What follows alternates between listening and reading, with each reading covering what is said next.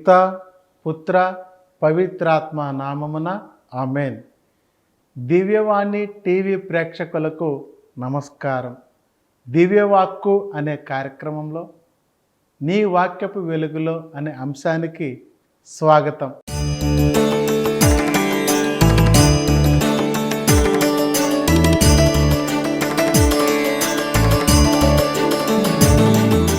దేవుని యొక్క వాక్యంలో ఉన్నటువంటి శక్తి ఏమిటో మనం ధ్యానించబోతూ ఉన్నాం. ప్రియులారా, సొలొమోను జ్ఞాన గ్రంథం 16వ అధ్యాయం 12వ వచనంలో మూలికలు కానీ మందు కట్టలు కానీ వీరి జబ్బును నయం చేయలేవు. ప్రభు ఎల్లరి వ్యాధిని నయము చేయు నీ వాక్కే వారికి ఆరోగ్యము దయచేసను అని చెప్పి వాక్యాన్ని మనం చూస్తూ ఉన్నాం. ప్రియులారా, ఒక్కసారి మా ఇంట్లో ట్యాబ్లెట్ అనేది లేదు అనేవాళ్ళు ఎవరైనా ఉన్నారా అని అడిగితే ఏ ఒక్కరు కూడా సమాధానం చెప్పరు.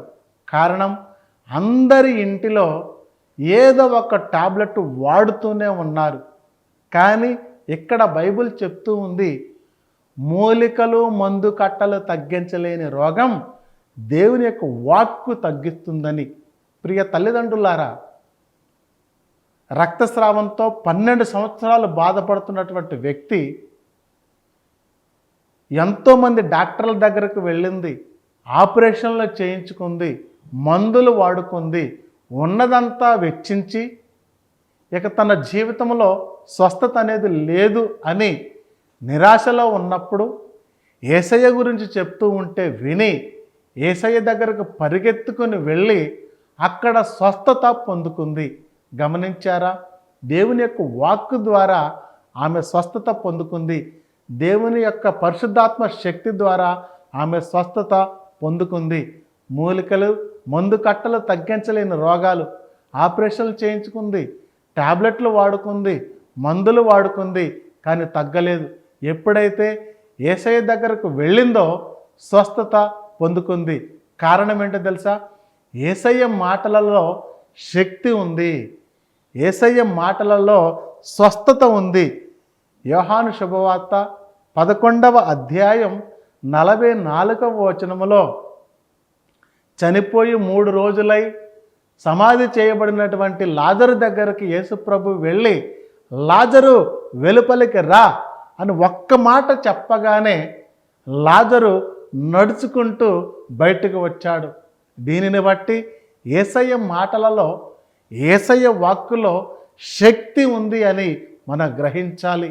మనం ఏం చేస్తూ ఉన్నాం? ఈ లోకంలో వాక్యాన్ని పక్కన పెట్టేశాం. బైబిల్ మోయాలంటే సిగ్గు, బైబిల్ పట్టుకోవాలంటే సిగ్గు. ఈనాడు సెల్ ఫోన్లు వచ్చిన తరువాత గుడికి వెళ్ళినా సరే, ప్రార్థనకు వెళ్ళినా సరే ఆ సెల్ ఫోన్ పట్టుకుంటున్నారు తప్ప బైబిల్ తీసుకొని పోయేవాళ్ళు లేకుండా పోయారు. మనం చూస్తూ ఉన్నాం.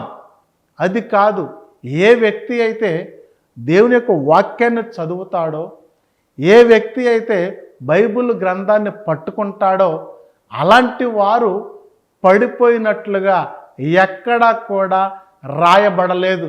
అదే బైబిల్ని పట్టుకొని, బైబిల్ని చదివి, దానిని పాటించి, దానిని ధ్యానించి బాగుపడిన వాళ్ళు, ఉన్నత శిఖరాలు అధిరోహించిన వాళ్ళు ఎంతోమంది ఉన్నారు.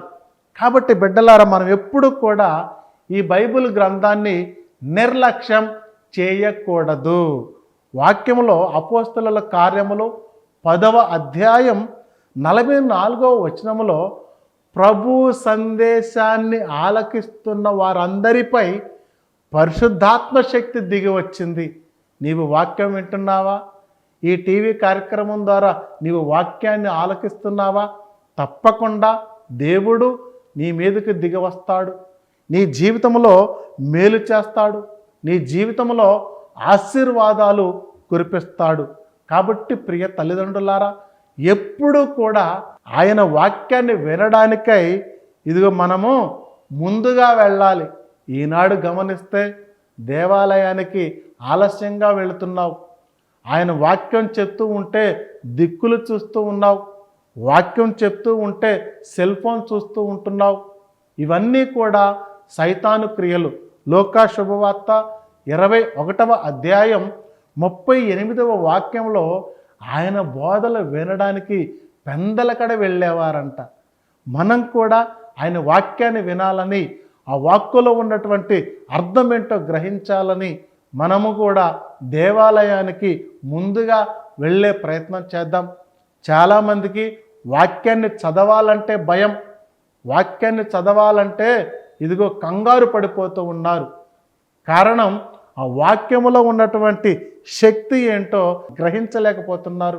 మరి ఆనాడు లూకా శుభవార్త 4వ అధ్యాయం 17వ వాక్యంలో యెషయా ప్రవక్త గ్రంథాన్ని యేసుప్రభుకు అందిస్తే యేసుప్రభు ఆ వాక్యాన్ని చదువుతున్నట్లుగా మనం చూస్తూ ఉన్నాం.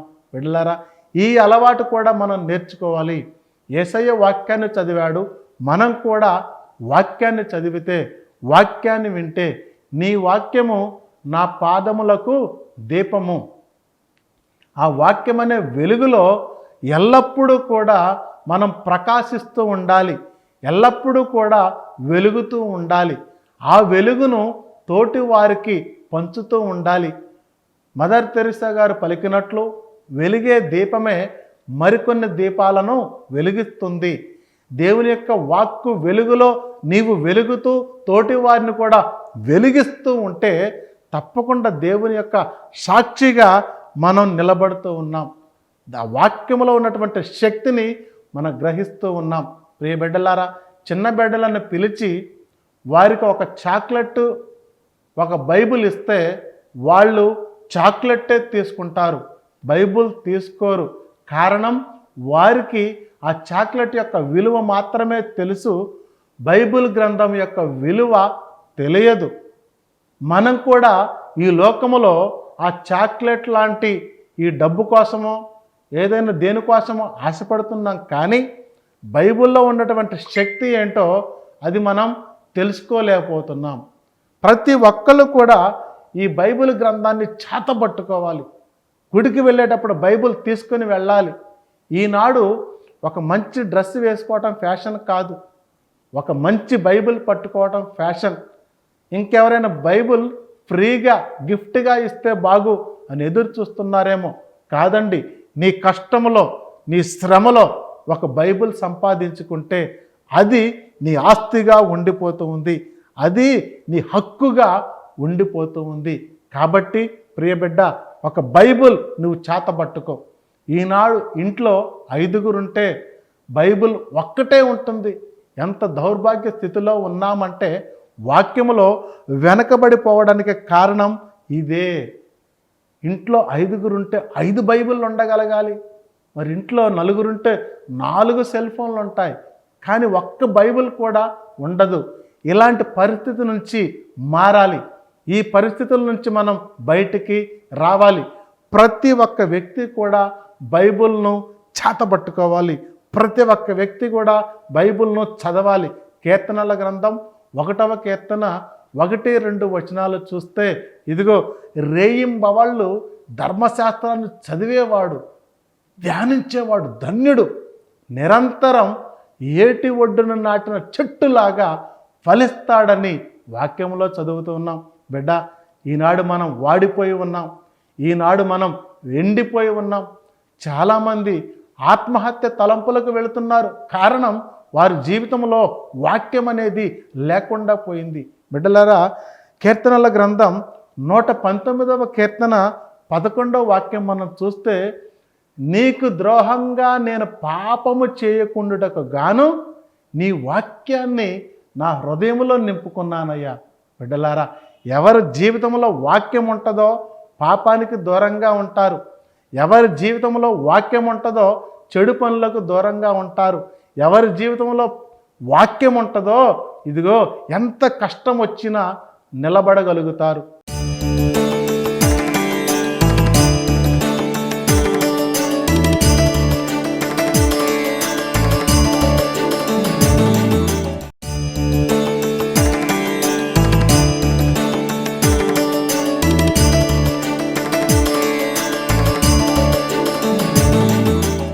ప్రియులారా, బైబిల్ గ్రంథంలో ఉన్నటువంటి శక్తిని మనం ఒక్కసారి పరిశీలిస్తే, ఒక వ్యక్తి ఆత్మహత్య చేసుకుందామని ఆ రైలు పట్టాల మీద తలపెట్టాడు. ఆ తలపెడితే ఇంకా రైలు రావడానికి సమయం ఉంది. ఆ తలపెట్టినటువంటి వ్యక్తి ఒక్కసారిగా కళ్ళు తెరిచి చూస్తే చిన్న పేపర్ కనపడిందంట. వెంటనే ఆ పేపర్ తీసుకొని ఈ పేపర్లో ఏముందని చూస్తే, భారముతో ఉన్నావా, నా చెంతకురా, నీకు విశ్రాంతినిస్తానని కనపడిందంట. వెంటనే దిగ్గున లేచి, ఇదేంటి ఈ పేపరు, ఏంటి ఇలా రాసిపెట్టి ఉంది, నేను ఇప్పుడు భారంతో ఉన్నాను, ఆత్మహత్య చేసుకుంటున్నాను, ఈ పేపర్ నాకు ఇక్కడ కనపడింది, ఇది ఏంటి అని చెప్పి అక్కడి నుంచి బయటకు వచ్చి అలా దాని గురించి ఆలోచిస్తూ ముందుకు వెళితే ఒక వ్యక్తి కనపడి, ఇదేంటయ్యా అని అడిగితే, ఇది బైబిల్ అని చెప్తే, ఎక్కడ దొరికిద్దని చెప్తే, మీరు దేవాలయానికి వెళ్ళండి, చర్చికి వెళ్ళండి, అక్కడ దొరికిద్దని చెప్తే అక్కడ చర్చికి వెళ్ళి ఒక బైబిల్ కొనుక్కొని ఆ బైబిల్ని చదవటం మొదలుపెట్టాడు. ప్రియులారా, ఈ లోపల ఆయన ఆత్మహత్య చేసుకుందాం అనే తలంపు మర్చిపోయాడు. చూశారా ఎంత అద్భుతం! వాక్యము ఒక వ్యక్తి జీవితాన్ని కాపాడింది. కాబట్టి ఆ వాక్యములో శక్తి ఉంది. ఆ వాక్యములో ఉన్నటువంటి ఆ యొక్క ధ్యానం, దేవుడు ఏం నేర్పిస్తున్నాడు, దేవుడు మనకి ఏమి సందేశం ఇస్తున్నాడు, అది గ్రహించగలగాలి. ఈనాడు ప్రియులారా, చూసారా, ప్రపంచంలో అత్యధికంగా అమ్ముడుపోయినటువంటి గ్రంథాలు, అమ్ముడుపోయినటువంటి పుస్తకాలు ఏమైనా ఉన్నాయా అంటే బైబిల్ అని చెప్పడంలో ఏ సందేహం లేదు. అంత గొప్ప శక్తి కలిగినటువంటి ఆ బైబిల్ని మనం చేతబట్టుకోవాలి. ఆ వాక్యాన్ని నిరంతరం మనము చదువుతూ ఉండాలి ప్రియులారా. అందుకనే ఇర్మియా గ్రంథం 15వ అధ్యాయం 16వ వాక్యములో దేవుని యొక్క వాక్కులు మనకు ఆనందాన్ని కలిగిస్తూ ఉంటాయి. చూసారా, ఆ వాక్యం వింటున్నప్పుడు మన జీవితం మారిపోతుంది. ఆ వాక్యం వింటున్నప్పుడు పరిశుద్ధాత్మ దేవుడు మన మీదకి దిగి వస్తాడు.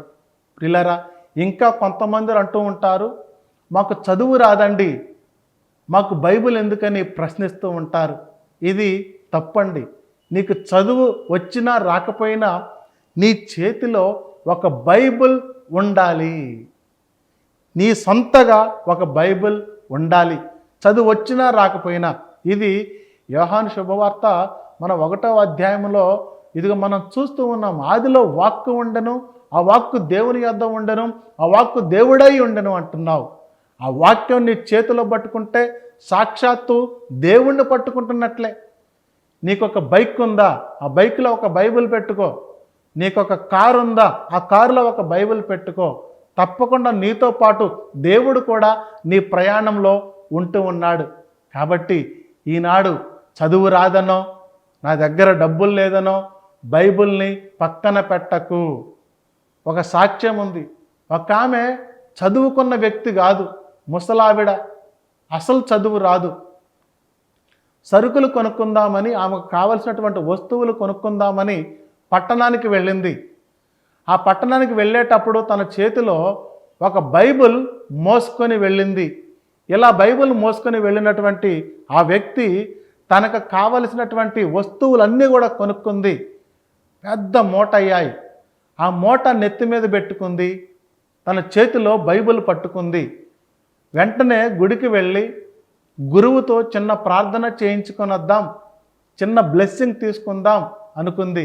వెంటనే వెళ్ళి సర్వేస్తోత్రం స్వామి అని చెప్పి మాట్లాడుతూ ఉంటే చేతిలో ఉన్నటువంటి ఆ బైబిల్ని చూసి గురువు అన్నారు, ఏంటమ్మా ప్రార్థనకు వచ్చావా అని అడిగితే, లేదండి, నేను సరుకులు కొనుక్కుందామని వచ్చాను. మరి ఎందుకమ్మా సరుకులు కొనుక్కోవడానికి వచ్చేటప్పుడు బైబిల్ మోసుకొని వస్తున్నావు, నీకు చదువు వచ్చా అని ఇంకొక ప్రశ్న అడిగితే ఆ తల్లి చెప్పింది, అయ్యా నాకు చదువు కూడా రాదు. వెంటనే గురువు ఇంకొక మాట అన్నారు, ఇదేంటమ్మా నీవు సరుకుల కోసం బైబిల్ మోసుకొని వచ్చావు, నీకు చదువు కూడా రాదు, ఎక్కడికి పడితే అక్కడ ఎందుకు నువ్వు బైబిల్ను మోసుకొని పోతున్నావు అని అడిగితే ఆ తల్లి చెప్పినటువంటి ఆ మాటకు జవాబుకు ఆ గురువుకే ఆ సమయంలో కన్నీరు వచ్చింది. ఆ తల్లి ఏమంటుంది, స్వామి, నా జీవితంలో నాకు ఓపిక ఉన్నంత కాలం ఈ దేవుణ్ణి నేను మోస్తే, నా జీవితంలో నాకు ఓపిక లేనప్పుడు నన్ను మోసేది ఈ దేవుడే అని సమాధానం చెప్పింది. గమనించారా? ఎంత గొప్ప విశ్వాసం అండి, ఎంత గొప్ప సాక్ష్యం అండి. చదువు రాకపోయినా తన చేతిలో బైబిల్ పట్టుకొని వెళుతూ ఉంది. నాకు ఓపిక లేనప్పుడు నన్ను రక్షించేది ఈ బైబిలే, నన్ను రక్షించేది ఈ దేవుడే అని గట్టిగా నమ్మినటువంటి ఒక వ్యక్తి. ప్రియులారా, చదువుకున్నావు, ఉద్యోగాలు చేస్తూ ఉన్నావు, కానీ బైబిల్ని నిర్లక్ష్యం చేస్తూ ఉన్నావు. మనకు కావలసిన వస్తువు ఎన్ని వేలైనా ఎన్ని లక్షలైనా కొనుక్కుంటున్నావు, కొంచెం ఖర్చు పెట్టి బైబిల్ కొనుక్కోలేకపోతున్నావు. కారణం ఆ బైబిల్లో ఉన్నటువంటి శక్తి ఏంటో మనం తెలుసుకోలేకపోతున్నాం. కాబట్టి నిరంతరం బైబిల్ పఠించేవాడికి ఎలాంటి శోధనలు రావు, వచ్చినా కూడా దేవుడు శక్తినిస్తాడు. ఇదిగో ప్రియులారా, మన జీవితం ఆరిపోయినట్లుగా ఉందేమో, యేసుప్రభు యొక్క వాక్యములో మనము వెలుగుతో నింపబడాలి, ఆయన మాటలలో శక్తిని గ్రహించాలి. ఇదిగో శిష్యులు ఆ సముద్రంలో నదిలో చేపలు పడుతూ ఉంటే రాత్రంతా కష్టపడినా కూడా ఒక్క చేప కూడా దొరకలేదండి. వెంటనే యేసుప్రభు పేతురు దగ్గరికి వెళ్ళి ఇంకొంచెం లోతుగా వలవై, కుడివైపుగా వలవై అని చెప్పినప్పుడు పేతురు గారు ఆయన మాట ప్రకారం కుడివైపుగా వలలు వేస్తే ఇదిగో వల చినిగిపోయి అన్ని చేపలు పడ్డాయి. ఎంత గొప్ప ఆశీర్వాదం దొరికింది పేతురు గారికి. కారణం ఆయన మాటల్లో ఉన్నటువంటి శక్తిని పేతురు గ్రహించి ఆయన చెప్పినట్లుగా వల వేశాడు, దేవుని యొక్క దీవెనలు పొందుకున్నాడు. ప్రియులారా, వాక్యాన్ని చదువుతున్నప్పుడు, వాక్యాన్ని వింటున్నప్పుడు మన జీవితంలో మనం గమనించుకుంటూ ఉండాలి, ఆలోచన చేయాలి. ఈనాడు దేవుడు నాకు ఏమి సందేశం ఇస్తున్నాడు, ఈనాడు దేవుడు నాకు ఏమి నేర్పిస్తూ ఉన్నాడని మనం గ్రహిస్తూ ఉండాలి. దాని ద్వారా ఇదిగో తప్పకుండా దేవుడు మంచేంటో చెడేంటో మనకు నేర్పిస్తూ ఉంటాడు. ఈ వాక్యం అనేది అద్దములాగా, ఈ వాక్యం అనేది పాలులాగా మనకు శక్తినిస్తూ ఉంది. కాబట్టి నిరంతరం దీనిని ధ్యానించాలి. మార్కు శుభవార్త 4వ అధ్యాయం 39వ వచనంలో శిష్యులు మొరపెడుతూ ఉన్నారు, అయ్యా మేము మునిగిపోతున్నాం అని మొరపెడుతూ ఉంటే యేసుప్రభు లేచాడు, సముద్రము శాంతించు అని ఒక్క మాట పలికాడు, సముద్రము శాంతించింది. అంత గొప్ప శక్తి ఉంది ఆయన మాటల్లో. కాబట్టి బిడ్డలారా, నిజంగా నీ జీవితంలో ఒక బైబిల్ గ్రంథం నీ జీవితంలో ఉండాలి. ఆ బైబిల్ని నిరంతరం ధ్యానిస్తూ ఉండాలి, పఠిస్తూ ఉండాలి, చదువుతూ ఉండాలి. శారీరకమైనటువంటి ఆరోగ్యానికి ఆహారం ఎంత అవసరమో మన ఆధ్యాత్మిక జీవితానికి, మన ఆత్మకు వాక్యాహారం కూడా అంతే అవసరం. కాబట్టి ప్రతి వ్యక్తి ఈ దివ్యవాణి కార్యక్రమం మనం చూస్తూ దానిలో ఉన్నటువంటి సందేశాన్ని మనం గ్రహించగలగాలి. ప్రార్థనకు వెళ్ళినప్పుడు వాక్యం మీద దృష్టి పెట్టాలి. వాక్యం ఏం నేర్పిస్తుందో మనం వినాలి. వినుట వలన విశ్వాసం కలుగుతుంది. దేవుడు మనలో ఉన్నటువంటి అవిశ్వాసాన్ని తీసివేస్తాడు, విశ్వాసంతో నింపుతాడు. కాబట్టి ప్రియ సహోదరి సహోదరులారా, శక్తి కలిగినటువంటి వాక్యాన్ని నిర్లక్ష్యం చేయకుండా ఉండాలి, పఠిస్తూ ఉండాలి, ధ్యానిస్తూ ఉండాలి. అందుకనే చరిత్రలో బైబిల్ గ్రంథాన్ని పట్టుకొని ఓడిపోయిన వాళ్ళు ఎక్కడా కూడా లేరండి. ఈ మధ్య ఒక విచారణలో ఒక సంఘటన జరిగింది. ఇక అక్కడ ఉన్నటువంటి గురువు ఒక బైబిల్ గ్రంథాన్ని ఒక పక్కన పెట్టారు. ఇదిగో అక్కడ ఉన్నటువంటి ఆ రోజుల్లో 2000 రూపాయల నోట్లు ఉన్నాయి. ఆ 2000 రూపాయల నోట్లు అద్దగా పేర్చారు. కరెక్ట్గా 10 గంటలకు ఒక బెల్ కొట్టారు. నీకు ఏది కావాలో అది తీసుకోమన్నారు. ఒక్కొక్కరుగా లైన్లో వస్తూ బైబిల్కి వెళ్ళి చూస్తున్నారు. కానీ ఈ 2000 రూపాయల నోటు తీసుకొని వెళ్ళిపోతూ ఉన్నారు. ఈ 2000 రూపాయల నోట్లు తరిగిపోతూ ఉన్నాయి. ఒక్క బైబిల్ మాత్రం కదలట్లేదు. గమనించారా? వాళ్ళ దృష్టి, వాళ్ళ ఆలోచన ఆ డబ్బు మీదే ఉంది, కానీ ఈ బైబిల్ మీద లేదు. ఎందుకంటే డబ్బు యొక్క విలువ తెలుసుకున్నారు, కానీ బైబిల్ యొక్క విలువ తెలుసుకోలేకపోయారు. ప్రియులారా, అలాగే ఒక కోడలు అత్తకు చెప్పిందంట, నువ్వు గుడికి వెళుతున్నావు, పొరపాటున బైబిల్ తీసుకొని వస్తే బాగోదు అని అత్తగారికి హెచ్చరించి పంపించినటువంటి ఒక కోడలు. ఈ అత్తగారు దేవుడంటే భయం, దేవుడంటే భక్తి కలిగింది, నమ్మింది, ఒక గొప్ప విశ్వాసి. బాధపడుతూ ఉంది, ఆలోచన చేస్తూ ఉంది, అయ్యో నేను బైబిల్ తీసుకుని వద్దామంటే ఈ శోధన నాకు ఎదురవుతూ ఉంది, ఏం చేయాలని చెప్పి ఆలోచిస్తూ కూడా ఏదైతే అది అవుతుందని దేవుడి మీద భారం వేసి ఆ తల్లి బైబిల్ గ్రంథాన్ని తీసుకొని ఇంటికి వెళ్ళింది. ఇంటికి వెళ్ళిన తరువాత ఇక అక్కడ కోడలు గారి పోరు మొదలైంది. అనరాని మాటలు అన్నీ కూడా అనేసింది, టక టక తిట్టేసింది అత్తగారిని. ఈ తల్లి దుఃఖముతో కన్నీటితో ప్రభువా అని చెప్పి, నీవే నాకు జవాబు ఇవ్వండి అని చెప్పి ఆ తల్లి వెంటనే బైబిల్ను ఓపెన్ చేస్తే ఆదికాండం దగ్గర 2000 రూపాయల నోటు కనపడింది. అద్భుతం జరిగింది. వెంటనే కోడల్ని పిలిచింది. ఆదికాండం దగ్గర 2000 రూపాయల నోట్లు వెంటనే తీసి ఇంకా తిరిగేస్తూ ఉంటే బైబిల్ గ్రంథంలో ఎన్ని పుస్తకాలు ఉన్నాయో అన్ని పుస్తకాల దగ్గర, అన్ని గ్రంథాల దగ్గర 2000 రూపాయల నోట్లు. చూసారా ఎంత ఆశీర్వాదం అండి. ఇదిగో బైబిల్ గ్రంథాన్ని నమ్ముకుంటే డబ్బుతో పాటు ఆమె ఊహించలేనటువంటి అద్భుతాలు కూడా దేవుడు చేశాడు. కాబట్టి ప్రియ బిడ్డలారా, నిరంతరం వాక్యాన్ని చదువుతూ ఉందాం, నిరంతరం వాక్యాన్ని ధ్యానిస్తూ ఉందాం, పఠిస్తూ ఉందాం. శక్తినిస్తాడు. సాక్షాత్తు దేవుడే ఆ వాక్యములో ఉన్నాడు, ఆ బైబిల్లో ఉన్నాడు. కాబట్టి ప్రతి ఒక్కరు కూడా బైబిల్ చేతబట్టుకొని గుడికి వెళదాం, బైబిల్ చేతబట్టుకొని పనికి వెళదాం. తప్పకుండా దేవుని యొక్క దీవెనలు పొందుకుందాం.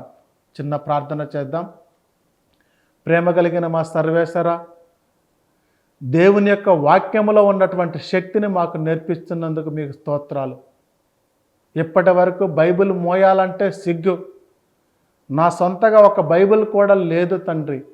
ఇక నుంచి నేను ఒక బైబిల్ కొనుక్కుంటాను, బైబిల్ చదువుతాను, వాక్యాన్ని ధ్యానిస్తాను. నీ వాక్యము నా పాదములకు దీపం అన్నావు ప్రభువా. అలాంటి వాక్యపు వెలుగులో ప్రభువా నా జీవితాన్ని ఉంచమని అడుగుతూ ఉన్నాం. అంధకారంలో ఉన్నాం, వెలుగులోనికి నడిపించమని అడుగుతూ ఉన్నాం. ముఖ్యంగా ఈ దివ్యవాణి టీవీ ప్రేక్షకులకు ప్రభువా ఈ వాక్యములో ఉన్నటువంటి శక్తిని తెలియజేసి వారి జీవితాలు పరిశీలించుకొని దేవుని యొక్క ఆశీర్వాదాలు పొందినట్లుగా వారందరినీ కూడా దీవించి ఆశీర్వదించమని మా ప్రభువు మా రక్షకుడైన యేసు క్రీస్తు అతి శ్రేష్టమైన నామములో ప్రార్థన చేస్తూ ఉన్నాం తండ్రి. ఆమెన్. పిత, పుత్ర, పవిత్రాత్మ నామమున ఆమెన్.